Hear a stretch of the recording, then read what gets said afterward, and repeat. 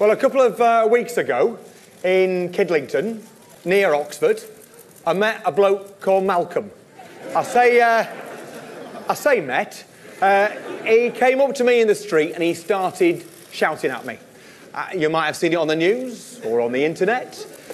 In the end, we actually got along, but he was angry at me for not getting behind Theresa May and backing Brexit. Now, I think I calmed him down a bit when we spoke, but I'm fairly sure I didn't change his mind.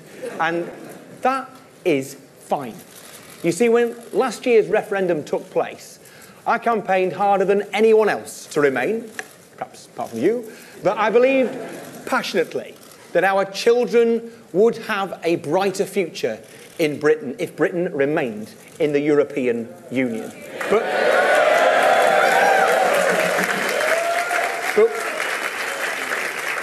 But we lost, and I accept that. But that does not mean that I have changed what I believe. I believe that our children will have a brighter future if we are inside the European Union, that they will be safer and better off, that our economy will be stronger and our country will have more influence in the world. But just because I believe that does not mean that I think that people who voted to leave are bad people. Of course they're not. We just disagree. You see, I grew up in Preston, in Lancashire, and most folks in Preston voted to leave. There are parts of Lancashire where 2/3 of the people voted to leave. Friends of mine did. Members of my family did. They don't all admit to it. They don't do it to my face. But I know that they did, because you told my sister, didn't you? Anyway, they are... Pretend otherwise. These people, they're my people.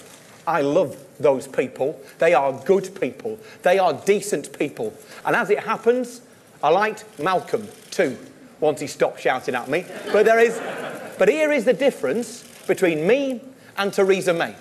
I want Malcolm, everyone here, everyone in Preston, every single one of you to have your say over what comes next. Nobody knows what Brexit will look like. The choices Theresa May will make will affect your life and our country for decades. Your shop, your weekly shop, your job, your environment, your safety, where you can travel to and where you can live. And she is already making choices that will affect those things, including the most profound choice she could make, taking Britain out of the single market.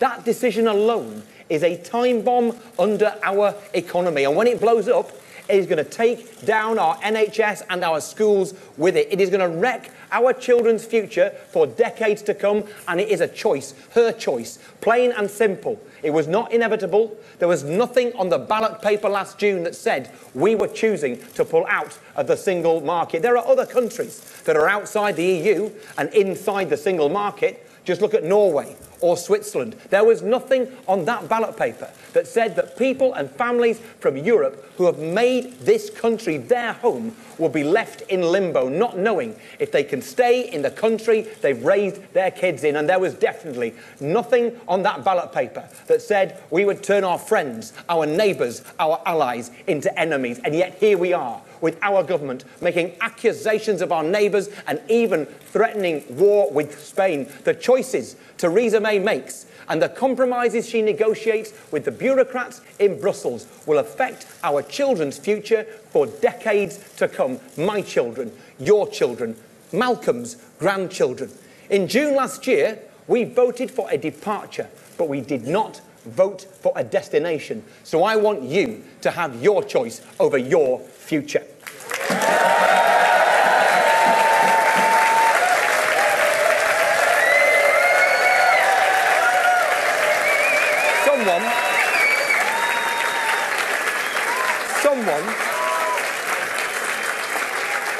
Look, it's really obvious when you think about it. Someone is going to have the final say over the final Brexit deal. It could be the politicians or it could be the people. I believe it must be the people.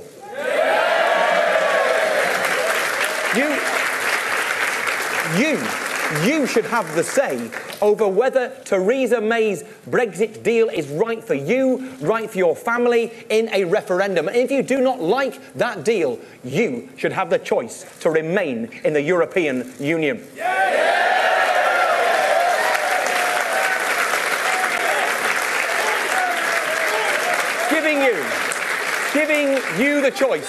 Giving you the choice over your future is exactly what our manifesto is all about. I want you to change Britain's future. I want you to imagine a brighter future. Imagine a future where our children can grow up in a country where people are decent to each other, where we have good schools and hospitals, where we take the challenge of climate change seriously, where we give our teachers and our nurses and our soldiers the pay rise they deserve for the service they give to our country, where we have an open, innovative economy, where we treat the poorest and the most vulnerable with compassion, where we do not turn our back on desperate refugees. That is the Britain I love. That's the Britain I want to lead.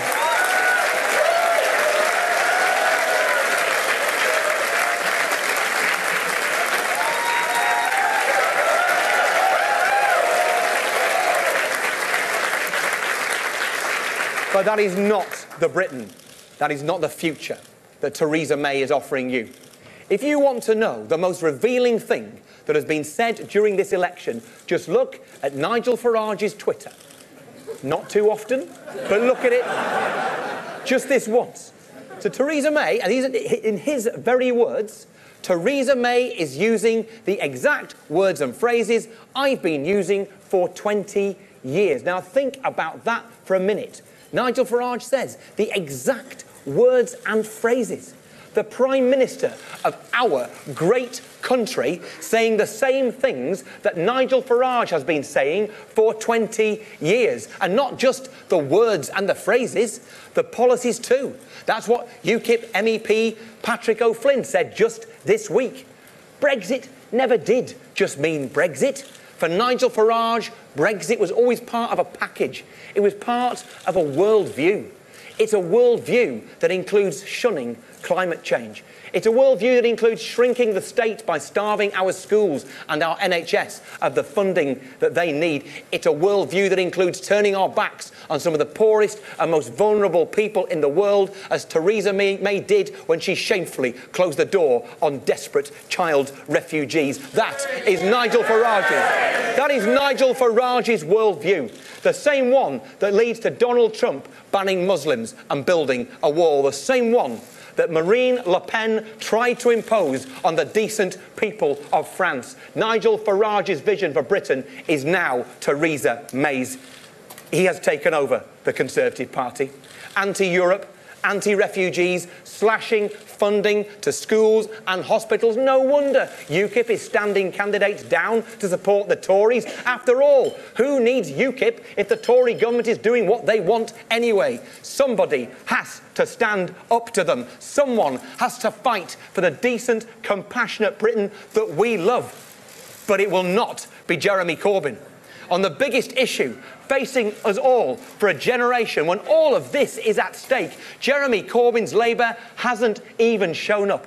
Jeremy Corbyn ordered his MPs and his Lords to go into the lobbies and vote with the Tories and UKIP, not against them, with them, before the vote on Article 50. He said he would order his party to vote in favour of, even if the government made no concessions to them whatsoever. So surprise, surprise, they made no concessions whatsoever. Jeremy Corbyn did not need to do that. He could have voted with us to stay in the single market or to give European citizens living here the right to stay. He chose not to.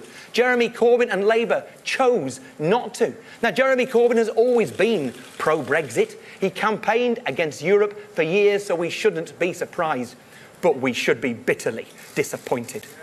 Labour are supposed to be.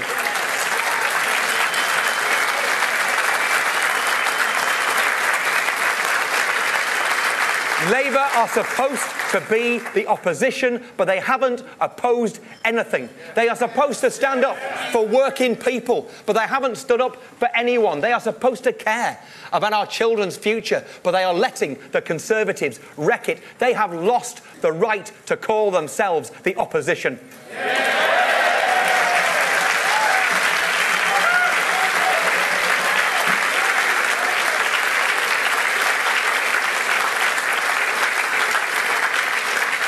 Labour has lost its purpose, but we have found ours. The brighter future we want for all our children is at stake.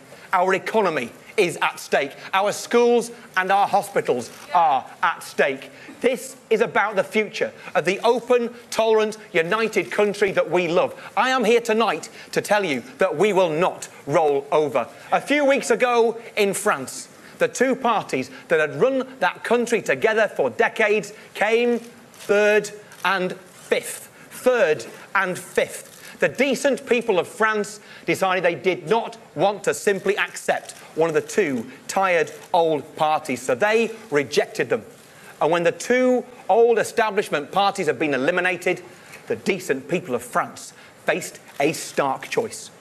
A liberal, pro-European candidate who believes in an open, tolerant and united France versus the leader of the National Front. Hope versus fear. A brighter future versus a cold, mean-spirited one.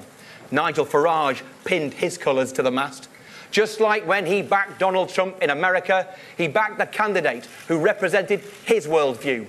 Anti-Europe, anti-refugees. He backed the National Front. Well, the decent people of France chose hope over fear, and the National Front lost. Don't let anyone tell you that the only choice you have in this election is between Jeremy Corbyn and Theresa May. This election is it is your choice about your future. It is about your future, and you can choose a brighter future where our children grow up in a country where people are decent to each other, where we have good schools and hospitals so that our children have a fair chance in life and our elderly are treated with dignity, where we have a clean environment and an innovative economy. The more Liberal Democrat MPs you elect, the better deal we will get on Europe. The more Liberal Democrat MPs you elect, the more jobs, the more money for our NHS and for our schools. The more Liberal Democrat MPs you elect, the brighter the future for our children. Theresa May and Nigel Farage's cold, mean-spirited Britain is not the Britain I love. The Britain I love is generous and it is compassionate. The Britain I love is one where we are decent to each other. The Britain I love is open, tolerant and united. If that is the Britain you love too, then this is the moment to stand up. This is your chance to change Britain's future. I am here tonight because when my children are my age, I want to be able to look them in the eye and tell them honestly that when the moment came to stand up for their future, I stood up. I am determined that our children will grow up in a country where people are decent to each other. I am here tonight because the Britain I love is not lost yet. That is the country I want to lead. Thank you.